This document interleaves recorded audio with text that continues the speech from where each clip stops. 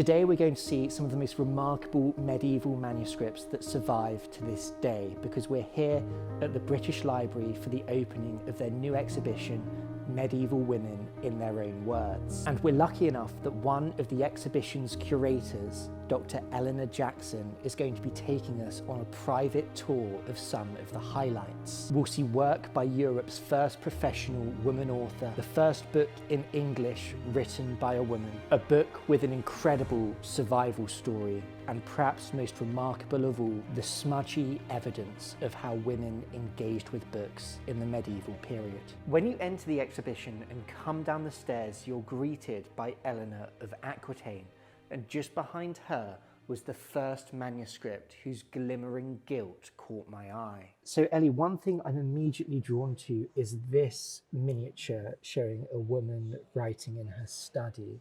Who was she? So this is Christine de Pizan, who's the first professional woman author in Europe. And how unusual was it for a woman to be writing during this period?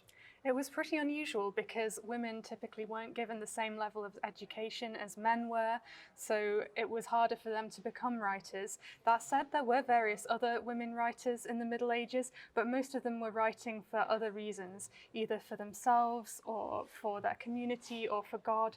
Most of them were not making a living writing, which is what's so unique about Christine de Pizan. And what's also unusual or special about this, to my eyes, this isn't any sort of book. This is a grand folio with decoration and illumination. So why was this book written and who was it made for? So this is a really important copy of the works of Christine de Pizan. It's called the Book of the Queen because it was made under Christine de Pizan's personal supervision for her to present to Isabeau of Bavaria, Queen of France, who was one of her royal patrons who was paying her to write. And what is Christine actually writing about in this part of the book? So this particular text is the beginning of the Book of the City of Ladies, which is one of Christine's really important works. It's a work in which she argues against misogynistic interpretations of women, and she argues for women's moral and intellectual equality with men, which was not a mainstream view at the time. Certainly not in the 15th century. Right. Yeah, so one of the amazing things about Christine de Pizan is that she's this proto-feminist figure who writes a lot about women's rights and women's equality. Ellie then took us round the exhibition to see two much less decorative books, but ones written by another pioneering medieval woman. So moving from France to England, we have another pioneering woman author's work in front of us here. Who was she, Ellie? So these are two manuscripts of the Revelations of Divine Love by Julian of Norwich, who is the first woman author to write in English. And what was her background? So Julian of Norwich tells us in her Revelations that she experienced, when she was about 30, a terrible illness in which she thought she was going to die. And while she was ill, she experienced a series of visions from God. And when she got better from her illness, she wrote them down in the Revelations of Divine Love. And she then became an anchoress, which means she became a woman who enclosed herself in a cell permanently, isolated from the world, in which to just meditate on God and her visions. And here we have two different copies of the text that, to my eye, look like they're from different dates. So what are these two and what are the differences between them? After Julian experienced her visions, she wrote them down in a version that's called the short text. And this is the only surviving copy of the short text medieval manuscript. And then when she became an anchoress, she continued to meditate on her visions and to think about their meanings. And over 20 years later, she composed another version of the Revelations called the long text, which goes into a lot more detail about the theological meaning. And this survives only in four 17th and 18th century manuscripts that were written by English nuns in exile in France, probably from a single surviving medieval manuscript. So that shows us just how close this text was to being lost entirely. Yes, exactly. By the 17th century. There's so few copies surviving. And while Julian Norwich was an anchoress in her cell, she was actually visited by the author of the next manuscript we're going to look at. Yeah, so this is the book of Margery Kempe.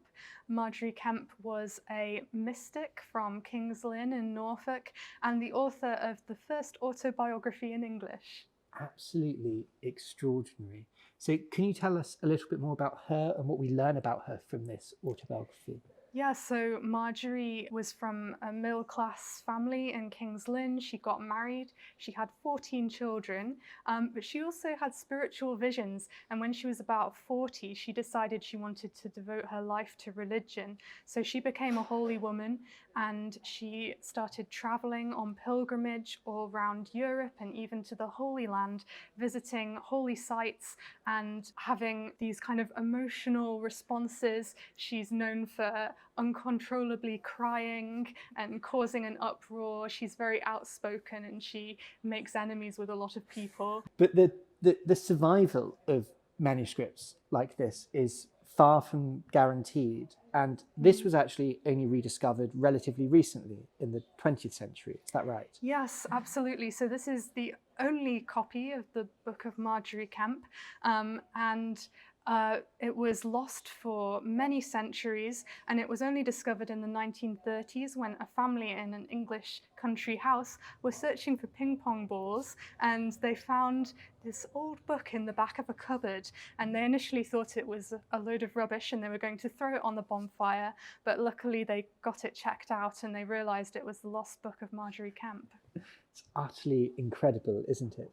And before this full text was rediscovered and made known to the wider world, what did we know about Margery?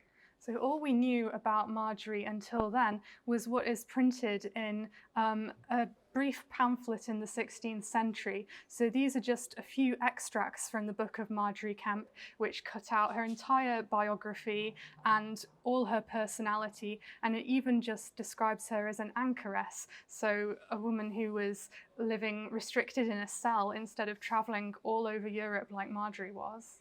So if they hadn't been looking for ping pong balls that day, and if it hadn't escaped the bonfire, we might just have 7 pages of Margery's Kempe lives. We would know almost nothing about her. Yeah. We're saving my favourite item for last, and it's my favourite not just because of what it contains, but because when we look at it, we can see how it was used. So one of the things that we see throughout the exhibition is how books were actually used by women in the medieval period. And the book we're looking at here relates to St. Margaret. So can you tell us about her?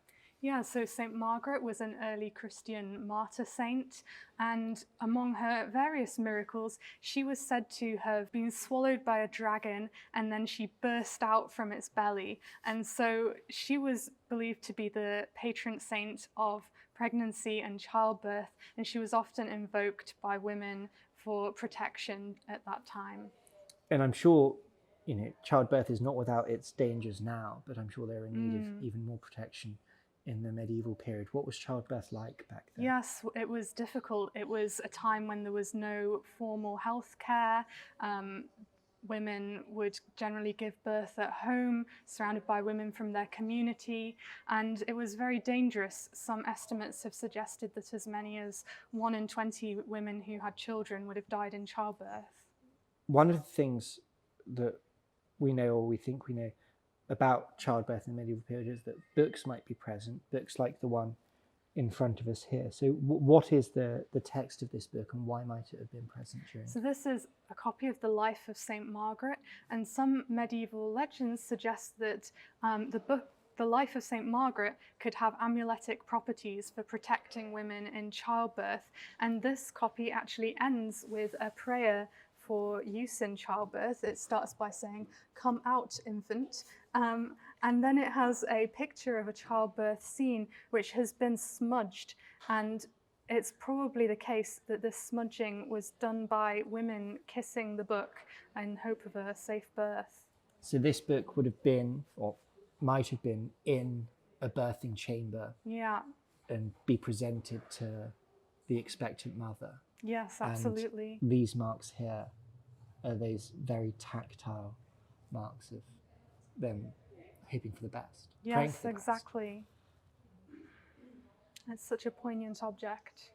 I just want to thank Ellie and the British Library for having us here today. The exhibition is Medieval Women in Their Own Words, and if you want to see some of these amazing manuscripts in person, it's open from now until the 2nd of March 2025.